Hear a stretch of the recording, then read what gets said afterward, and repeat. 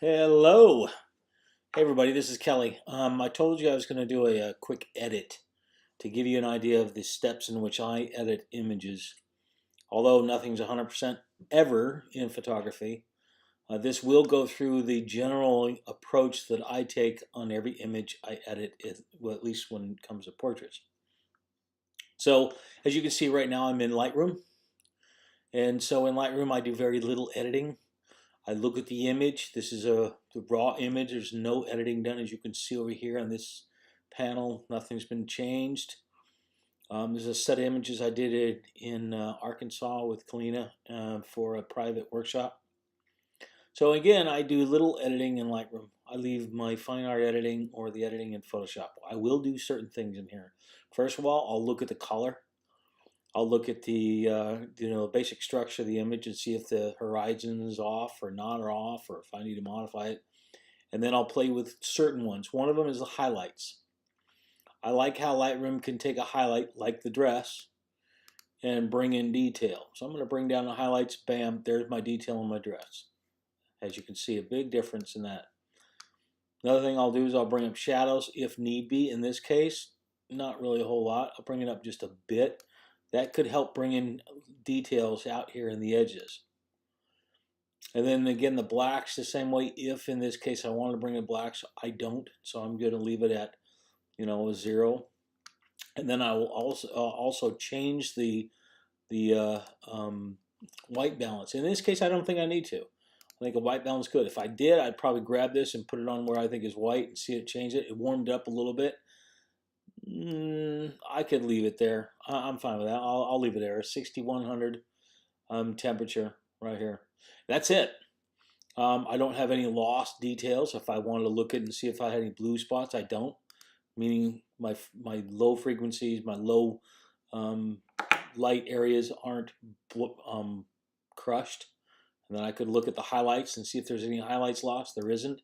As you see, there's detail or still data here on my histogram. So I'm done. So I'm going to right click. I'm going to go in Photoshop. So that's the first step, is do my little limited Lightroom edits. Now I could have modified the horizon on this, as you see. So just to give you an idea, I could say, okay, let me change that horizon to here. I'll go ahead and do it. But I think the ground wasn't directly straight, but I'm going to leave it the way it is. So anyway, the first thing I do in Photoshop is I look at the structure of the image. I'm not interested in the details of her face out all through here. As long as I took the image correctly and lit it up correctly, I'm good. I'm not worried about those details yet. So I'm looking at the structure.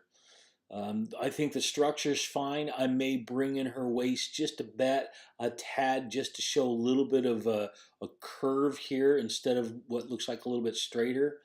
I may bring in the hair out just a bit, and I definitely want to get rid of this sky. It pulls your eye, that sky. A quick way to do that. I'm not going to do it everything here. Remember, this video is not to really show you every little edit. That really takes more time. I'm just going to pull this up like this, taking a little bit of that, which now pulls it up, and then I'm just going to fill it in. And my opacity is probably around 50%-ish. Oh, that's a little bit big. And I'm just going to take areas which I know is good, and I'll just fill in where it needs to go to take your eyes from what she is. And if you notice, as I do this, most likely your eyes are going already, without even me finishing, right to her. I mean, it really does kind of force your eyes to go to her. I just take away anything that may pull your eye from her. Add a little green in there, and I'm good. I think that's a pretty good little change, just that little teeny bit. Okay, and like I said, I'm going to do structure. Again, this is me. So the structure was I needed to fill in that area there. Now I'm going to look at her waist, and I'm going to modify that just a bit. So I'm going to change my pen size just to do that, just to show a little bit of shape to her body. That's probably pretty good. That little teeny bit makes a big difference. If her shoulders are a little bit on the big side or raised, I'll lower her shoulders just a bit, shape her arm. This is what I do. It's nothing, it's not that she's not perfect, it's just visually what a person looks like and what they look like in camera sometimes are a little different. When we took these photos of this girl, she looked pretty awesome. But there's small little things we can do to make it a little bit better. At least me. Oh, there, nice little shape of that shoulder. I like this beautiful headdress. I'm going to expand it just a bit, just a little teeny bit. Always cool to have an expanded headdress. And then I probably could, if I wanted to, I could take that dress and pull it. So what I could do is come over here and freeze an area of this grass. So I'm going to freeze this in here, and then probably freeze this in here. And now I'm going to just take her dress and just expand it just a teeny bit.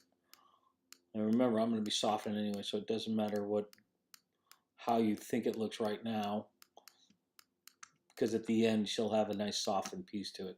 That's just expanded just a little bit. Bam. So you got a little bit of expansion dress in here. A little bit of stuff you can tell I pulled it off just a bit, but I'm going to fix that later. And then that's pretty awesome up there. I'm going to get rid of that one spot there. Okay, so now I've got her hair expanded. I got a nice little shape to her here, which is awesome. Now I'm going to do the next step.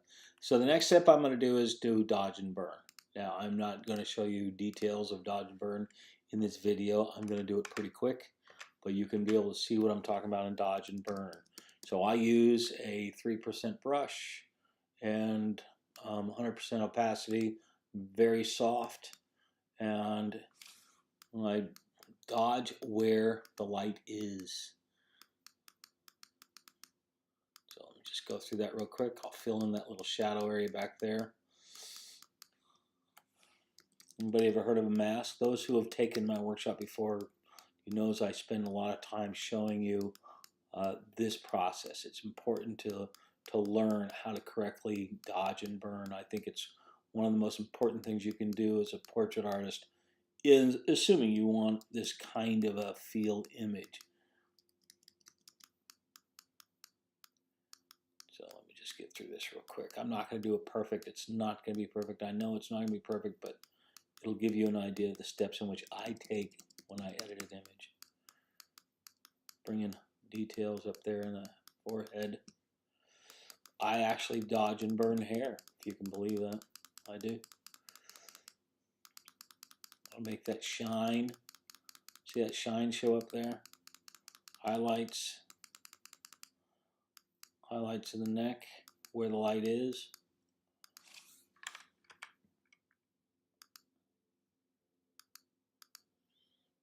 And that's not too bad. I sometimes will take that shadow off just a little bit more.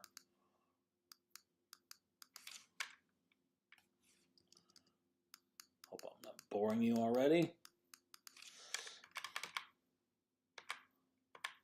That's pretty good.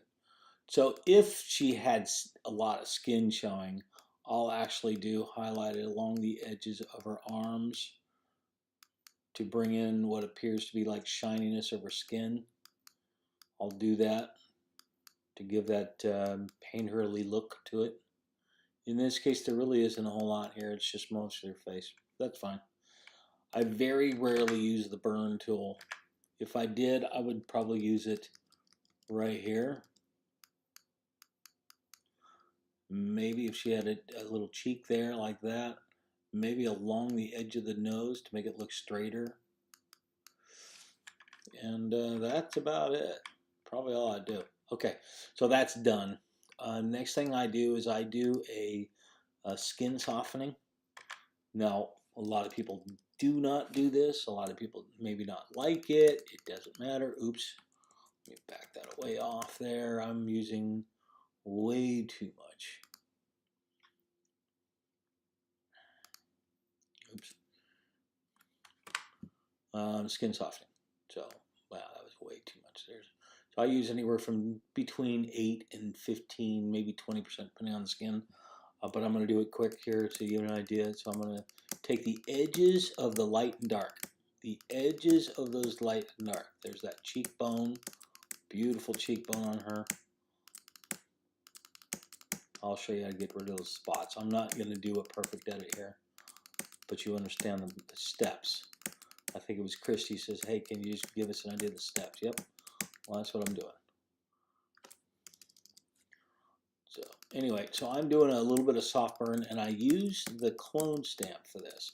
So the thing I learned a while ago on an online course, I think it was Creative Live, somebody showed how they do a clone stamp process to soften skin and everything. Now you can go, I mean, overboard on this, which I probably did, and maybe even today some people think I do, which is fine. That's what they call style and differences, and I'm good with that.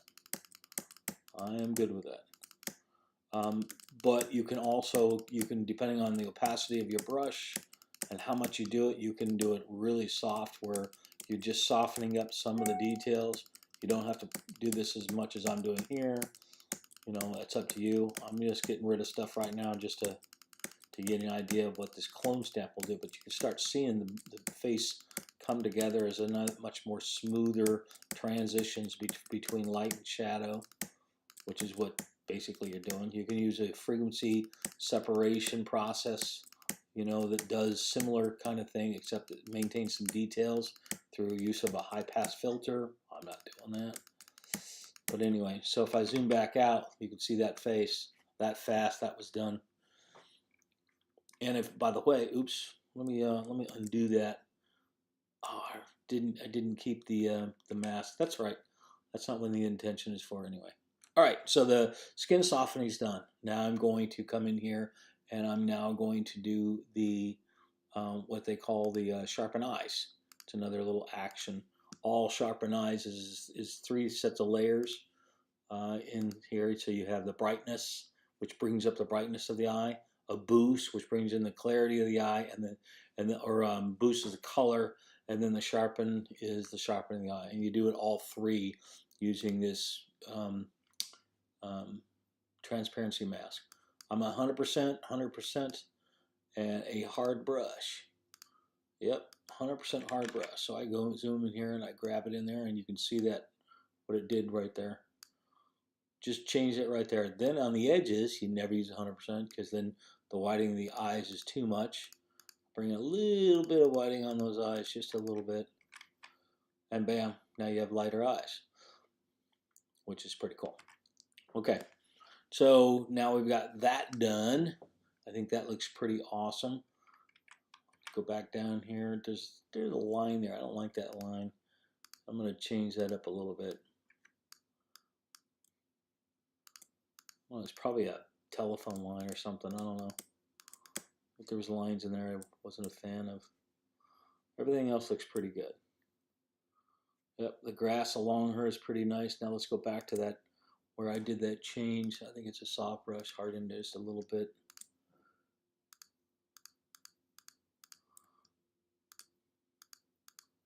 I'm just taking what was a little bit of a soft edge, and yes, if you got a Wacom tablet handy, you can do it that way too. So I'm just bringing a little bit of detail for when I expanded her dress earlier to take a little bit of detail back into those spots so you can't really see that it was an expanded, you know, area. It's not a softened area around the dress, which is important visually. Got too much of the same stuff in there. So pull some data from other places. There we go. Okay.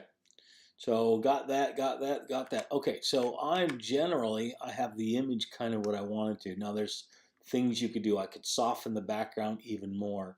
So now that I'm done with her face is good, shape her body's good. I like her looks, her eyes even look good, especially when you zoom in. Now I'm going to play with the light even more. Remember, I'm a salient image kind of producer, meaning I really want my subjects to stand away from, you know, the rest of my frame.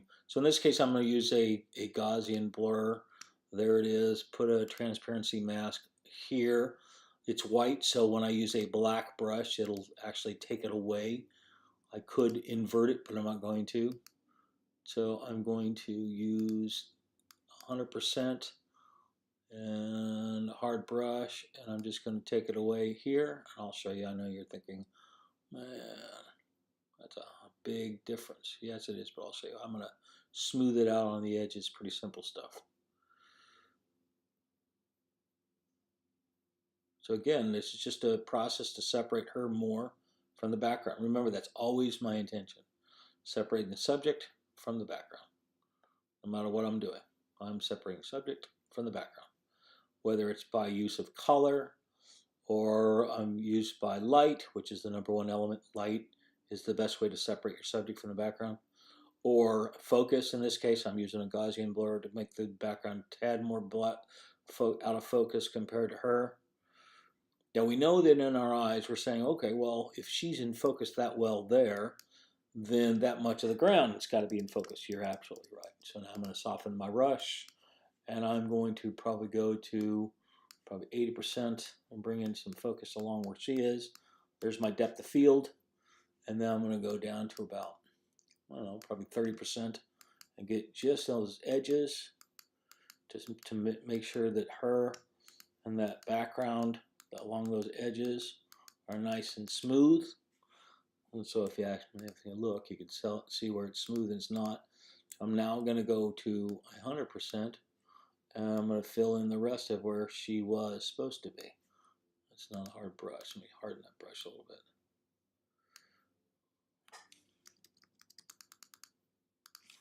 There. And so now she's nicely in focus.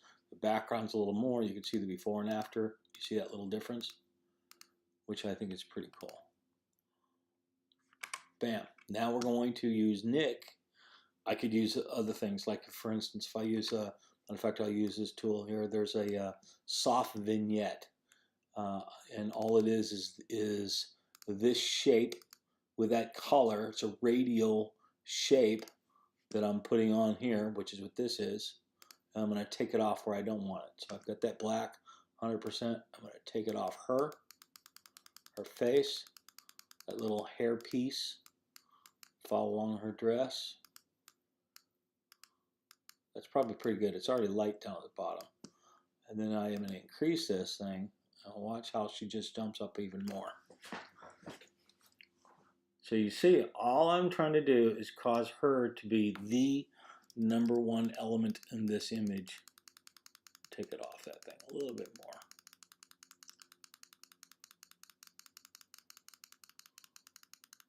That's pretty good.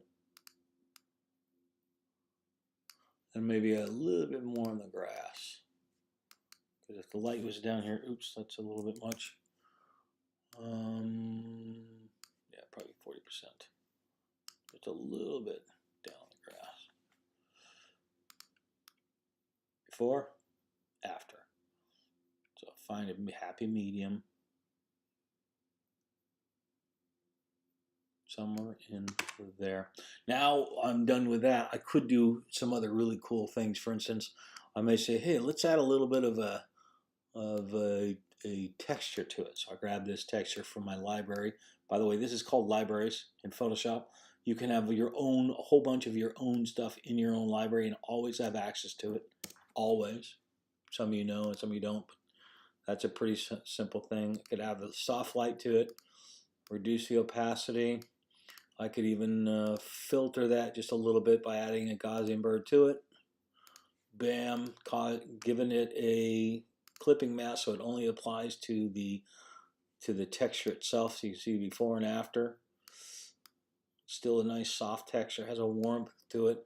So now I can put a little bit of a texture or a mask off that. Bring it way down here. Small that down and just take just a hair off her. As like so. And I mean, again, I know this is pretty quick. You're probably thinking, well, that foot sure looks odd, and it really does. I didn't even notice it until just now. I'm going to fix that.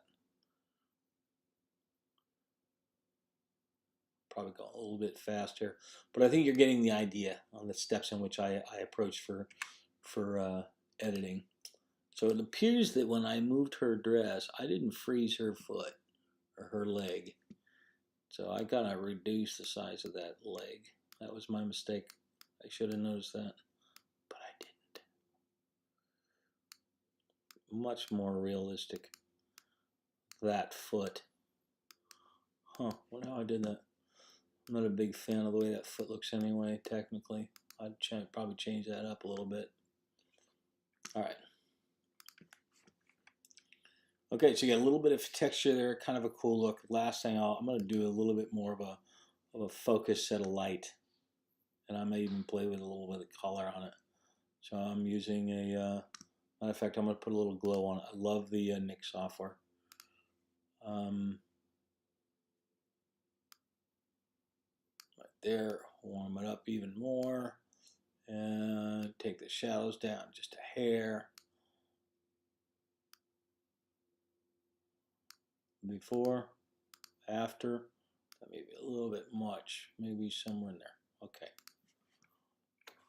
So there, I think I'm pretty happy with the result here. It's a quick image. I think you see it.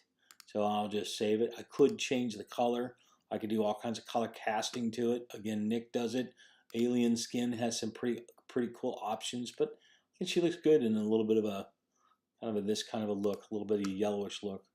So I'm grabbing from my libraries again. I'm going to grab my little logo here, stick my logo on the image. Bam, I place my logo. It's also important to me where my logo sits. And hit save. And it goes into my logo file, if you would. Save it. Bam. So once I do that, and if I look back in Lightroom, there's the before, there's the after. Anyway, I hope that gave you an idea of the steps in which I process. Reiterate, Lightroom limited editing, just enough to get it to where, okay, I'm ready to take this blank canvas and make it something new. Photoshop, I deal with the fundamental structures of the image first, whether it's her shape, something in it, there's something pulling my eye, I get rid of it. I do all that first. Then I go delve into deeper, and I do her face, starting with dodge and burn, which is critical. Dodge and burn, followed by that I could do spot healing or clone stamping or whatever to take away bad parts of the skin, little spots. In this case, her face is small. My clone stamp process took care of it anyway, and anyway, I didn't want to spend too much time. Then I did the eyes. Then I did the light. I did a background, lowered the background more. Then I added some texture, some vignettes. It caused her to jump off the page. All right. Hope that helped. Let me know your thoughts. Bye.